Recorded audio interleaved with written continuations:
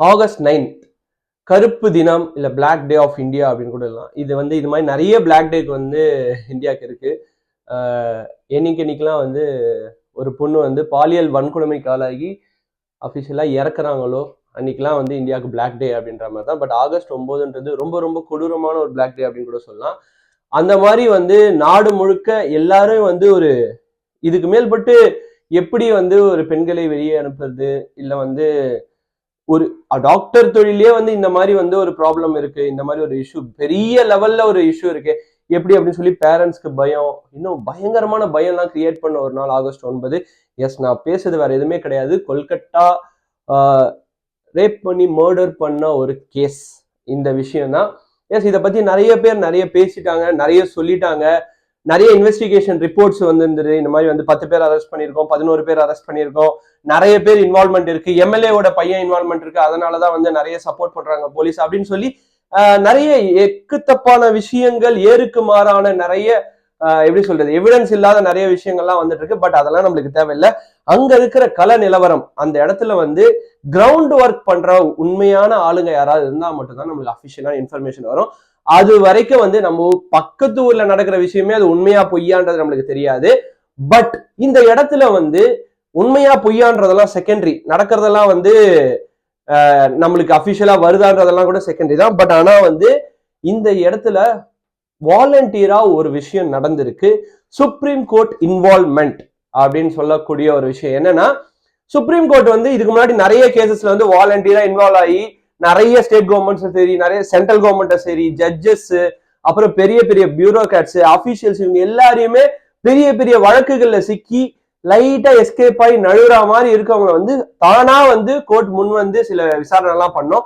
அந்த மாதிரி இந்த விசாரணையை வந்து சுப்ரீம் கோர்ட் வந்து இனிஷியேட் பண்ணிருக்கு. வாலண்டியரா நாங்களே இதுல வந்து விசாரணை பண்றோம் அப்படின்னு சொல்லி. எஸ், அதாவது இது விசாரணை எல்லாம் தாண்டி இத ஒரே விஷயம் தான் சுப்ரீம் கோர்ட் தெளிவா சொல்றாங்க. உங்களோட டேட்டா மேலையும் நீங்க இவ்வளவு நாள் ஆகஸ்ட் 9ல இருந்து 20ஆம் தேதி வரைக்கும் நீங்க பண்ண இன்வெஸ்டிகேஷன் இல்ல வந்து நீங்க சமர்ப்பிச்ச நிறைய விஷயம்லாம் எங்களுக்கு சாட்டிஸ்ஃபைங்கா இல்ல. சோ வந்து நாங்களே வந்து டைரக்டா இதுல இன்வால்வ் ஆகி என்ன நடக்குது அப்படின்றத நாங்களே தனி குழு அமைச்சு நாங்களே கண்காணிக்கிறோம் அப்படின்ற அளவுக்கு இறங்கிட்டாங்க சுப்ரீம் கோர்ட். நிதி நிலைநாட்டப்பட்டிருக்கு அப்படின்னு கூட சொல்லலாம். ஏதோ ஒரு இடத்துல கண்டிப்பா நமக்கான நிதி கிடைக்கும் அப்படின்னு நம்ம மக்கள் 140 கோடி மக்கள் நம்புறாங்கல்ல. சோ அந்த நம்பிக்கையை வந்து காப்பாற்றும் விதமாக இந்த சுப்ரீம் கோர்ட் இன்வால்வ்மெண்ட் கண்டிப்பா இந்த கேஸோட மிகப்பெரிய டேர்னிங் பாயிண்டா இருக்கும் அப்படின்னு நம்பப்படுது. சோ வந்து மூவிங் ஃபார்வர்ட் இதுக்கப்புறம் என்னென்ன மாதிரி ஸ்டெப்ஸ்லாம் சுப்ரீம் கோர்ட் எடுப்பாங்க, என்னென்ன மாதிரி எல்லாம் ஆர்டர் போடுவாங்க, என்னென்ன மாதிரி எல்லாம் டேட்டா கேட்பாங்க அப்படின்றதுனாலதான் ஸ்டேட் கவர்மெண்ட், சென்ட்ரல் கவர்மெண்ட், ஸ்பெஷலா ஸ்டேட் கவர்மெண்ட், அப்புறம் வந்து போலீஸ், லா அண்ட் ஆர்டர், இவங்க எல்லாம் வந்து திக்குமுக்காடி இருக்காங்க அப்படின்றதெல்லாம் மாற்று கருத்தே கிடையாது.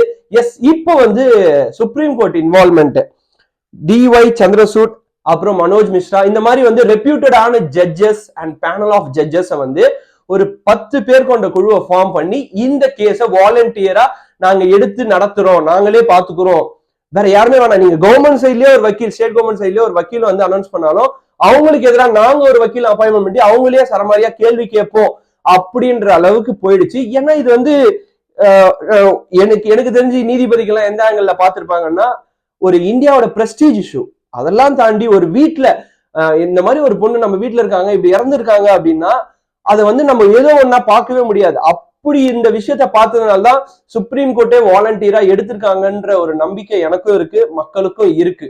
சோ வந்து இவங்க என்னென்ன மாதிரி கேள்வி எல்லாம் நேற்றுக்கு வந்து ஸ்டேட் கவர்மெண்ட், அதே நேரத்துல வந்து hospital management, local police station, law and order போட்டு கிழிச்சிருக்காங்க அப்படின்றத பார்க்கலாம்.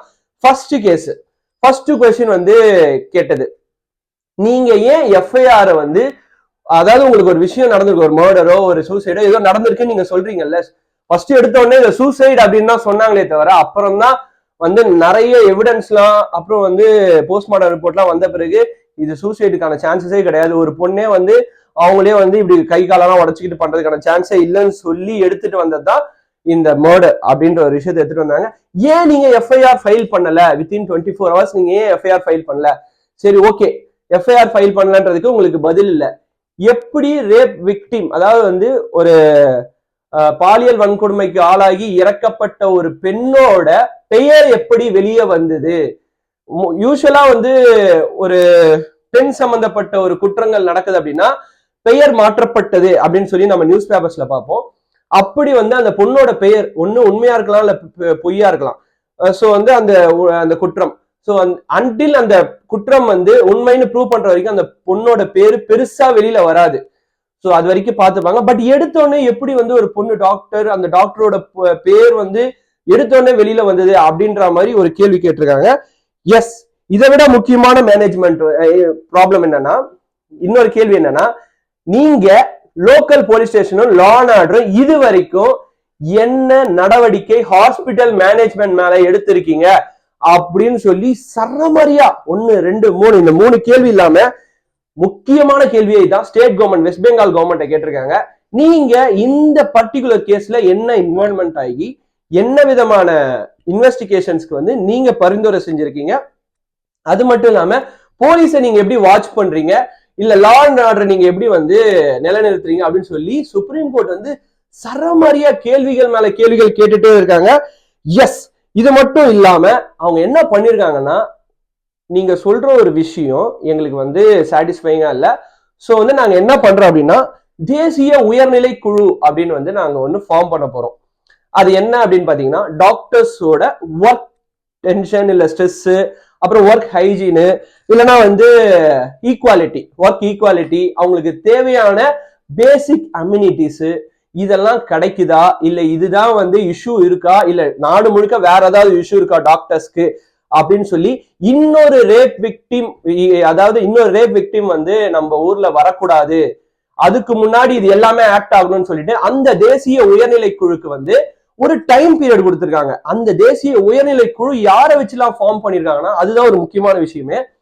சீஃப் டாக்டர்ஸ், அதாவது cardiac chief surgeons from AIIMS, அதுக்கப்புறம் வந்து ஹெல்த் கேர்ல இருக்க பெரிய பெரிய அபிஷியல்ஸ், அது மட்டும் இல்லாம பெரிய பெரிய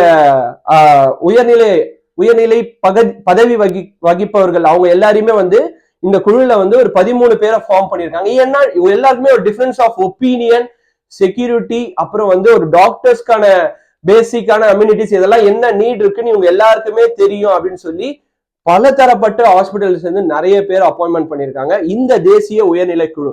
இவங்களுக்கு என்ன டாஸ்க்னா, நீங்க இந்த மாதிரி வந்து டாக்டர்ஸ்க்கு என்ன தேவை, என்னென்ன மாதிரி ப்ராப்ளம் இருக்கு, என்னென்னலாம் அடுத்தது வந்து நம்ம மாத்தணும், எல்லாமே வந்து வித்தின் 3 வீக்ஸ்க்குள்ள நீங்க ரிப்போர்ட் சப்மிட் பண்ணி ஆகணும்.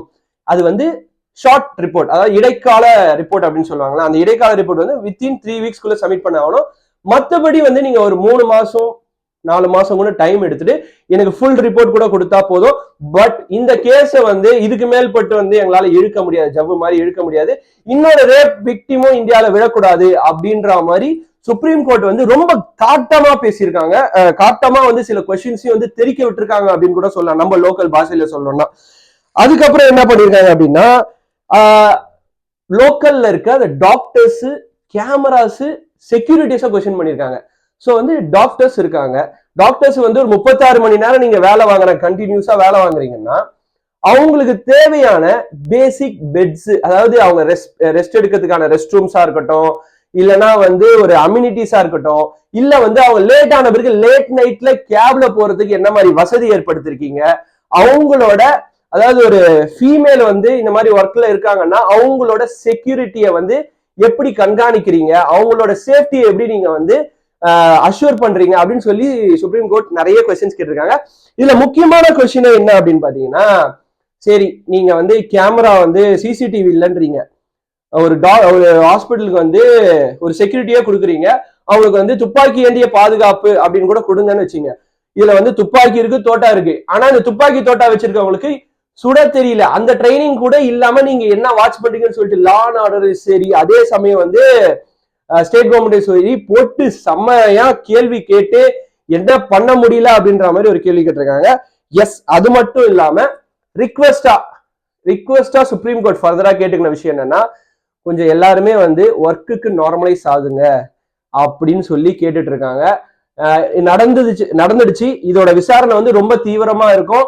பட் ஆனா வந்து கொல்கத்தா சுத்தி இருக்க கவர்மெண்ட் ஹாஸ்பிட்டல்ஸ், அதாவது வந்து பிராக்டிஸ்ல இருக்க யங் டாக்டர்ஸ், அவங்க எல்லாருமே வந்து சைலண்ட் ஸ்ட்ரைக்ல இருக்காங்க. அந்த ஸ்ட்ரைக்கு வந்து நீங்க கொஞ்சம் வாபஸ் வாங்கிட்டு ஒர்க்குக்கு போங்க. ஏன்னா எக்ஸ்பீரியன்ஸ் டாக்டர்ஸ் ஆல்ரெடி வந்து 36 hours 48 hours வந்து பயங்கரமா கஷ்டப்பட்டு ஒர்க் பண்ணிட்டு இருக்காங்க. இந்த நிலைமைலாம் நம்மளால சமாளிக்க முடியாது அப்படின்னு சொல்லி ஒரு ரிக்வெஸ்டா கேட்டிருக்காங்க. அது மட்டும் இல்லாம லோக்கல் கவர்மெண்ட் என்ன கேட்டிருக்காங்கன்னா, டாக்டர்ஸ் எல்லாருமே சைலண்டான முறையில தான் வந்து போராடிட்டு இருக்காங்க, ஸ்ட்ரைக் பண்ணிட்டு இருக்காங்க. எக்காரணத்தை கொண்டு உங்களோட அதிகாரத்தை காமிச்சு நாங்க வந்து இது பண்றோம், இல்ல லட்டி சார்ஜ் பண்றோம், இல்ல வந்து அடக்குமுறை பண்றோம்னு சொல்லி நீங்க எதுவுமே பண்ணக்கூடாதுன்னு சொல்லி லோக்கல் கவர்மெண்ட்டுக்கும் ஆர்டர் போட்டிருக்காங்க சுப்ரீம் கோர்ட். எஸ், அதாவது சில விஷயங்கள்லாம் வந்து என்னதான் நீங்க உண்மையை மூடி மறைச்சாலும் ரொம்ப நாள் உள்ள வைக்க முடியாது, அது கண்டிப்பா வெளியில வரும். இதுல எத்தனை பேர் வந்து சம்பந்தப்பட்டிருக்காங்க, எவ்வளவு பேர் வந்து இந்த டாக்டரோட மர்டர் பின்னாடி இருக்காங்க அப்படின்றது வந்து எனக்கு தெரிஞ்சு ரொம்ப நாள் மறைக்க முடியாது. அதே நேரத்துல வந்து ரொம்ப நாள் இந்த கேஸை வந்து திசை திருப்பி டிசால்வும் பண்ண முடியாது. ஏன்னா ரெகுலரா நானும் வாட்ச் பண்ணிட்டு இருக்கேன் இந்த கேஸை பத்தி, சுப்ரீம் கோர்ட்டும் வாட்ச் பண்ணிட்டு இருக்காங்க தான் இதுல சூப்பரான விஷயம். ஸோ வந்து நோ அதர் கோ, குற்றம் செய்யப்பட்டவர்கள் கண்டிப்பாக கூண்டில் நிற்கப்படுவார்கள், தண்டனை விதிக்கப்படும். என்னோட பர்சனல் ரிக்வெஸ்ட்னா தண்டனை கடுமையாக இருக்க வேண்டும், அந்த பெண்ணோட வழி வந்து அவங்களுக்கு தெரியணும் அப்படின்னு சொல்லிட்டு இந்த பர்டிகுலர் சரமாரி கேள்விகள், சுப்ரீம் கோர்ட் விடுத்த சரமாரி கேள்விகள் போலீஸ் மேலேயும் லா அண்ட் ஆர்டர் மேலேயும் அதே சமயம் வந்து ஸ்டேட் கவர்மெண்ட் மேலேயும், இதை பத்தி நீங்க என்ன நினைக்கிறீங்க, வேற இந்த கேஸை எப்படி வந்து அணுகுனா இன்னும் நல்லா இருக்கும்னு நினைக்கிறீங்க அப்படின்றத கமெண்ட் செக்ஷன்ல மென்ஷன் பண்ணுங்க. இது விஜய் கார்த்திக் சைனிங் ஆஃப் டாடா. ஒரே ஒரு விஷயம் சொல்ல மறந்துட்டேன். எஸ், அந்த மர்டர் நடந்த பிறகு வந்து ஹாஸ்பிட்டல்ல நிறைய குண்டாஸ் வந்து ஹாஸ்பிட்டல்ல இருக்க நிறைய விஷயத்த சேதாரம் பண்ணாங்க அப்படின்னு சொன்னாங்க. இப்போ என்ன ப்ராப்ளம்னா உள்ள கூட நுழைய முடியாத அளவுக்கு சென்ட்ரல் ரிசர்வ் போலீஸ் போர்ஸ் இறக்கியிருக்காங்க சுப்ரீம் கோர்ட். ஸோ வந்து நீங்க அந்த சைடு போனனாலே சான்ஸே இல்லை அப்படின்ற அளவுக்கு இதெல்லாம் என்ன ஷோகேஸ் பண்ணுதுன்னா, எங்க யாருக்குமே உங்க மேல நம்பிக்கையே கிடையாது. லோக்கல்ல இருக்க யாருமே நார்மலியும் நம்பிக்கையே கிடையாது. நீங்க பண்றதா இருக்கட்டும், நீங்க எடுக்கிற ஸ்டெப்ஸா இருக்கட்டும், உங்க எஃப்ஐஆரா இருக்கட்டும், நீங்க என்ன விசாரிக்கின்ற யார் மேலேயும் நம்பிக்கை இல்லை. ஸோ எல்லாத்தையும் நாங்களே பாத்துக்கிறோம் அப்படின்னு சொல்லி சிபிஐ, அதாவது தேர்ஸ்டே நாளைக்குள்ள நீங்க இந்த ரிப்போர்ட்டை சப்மிட் பண்ணுங்க, என்ன இது வரைக்கும் பண்ணிருக்கீங்க அப்படின்னு சொல்லி ரிக்வஸ்ட் எல்லாம் கேட்கல, ஆர்டர் பண்ணிதான் ஆகணும் அப்படின்னு சொல்லி போட்டிருக்காங்க. So let's wait and watch என்ன நடக்குதுன்னு பார்க்கலாம். இதே மாதிரி வந்து என்னென்ன மாதிரிலாம் சுப்ரீம் கோர்ட் கேள்விகள் கேட்கறாங்க அப்படின்றது ஃபர்தரா இன்னைக்கு தெரியும். So this Vijay Karthik signing off tata, bye bye, see you. தனியாக கம்மியாக யூஸ் பண்ணுங்க, பிளாஸ்டிக் யூஸ் பண்ணுங்க, பாபாய்.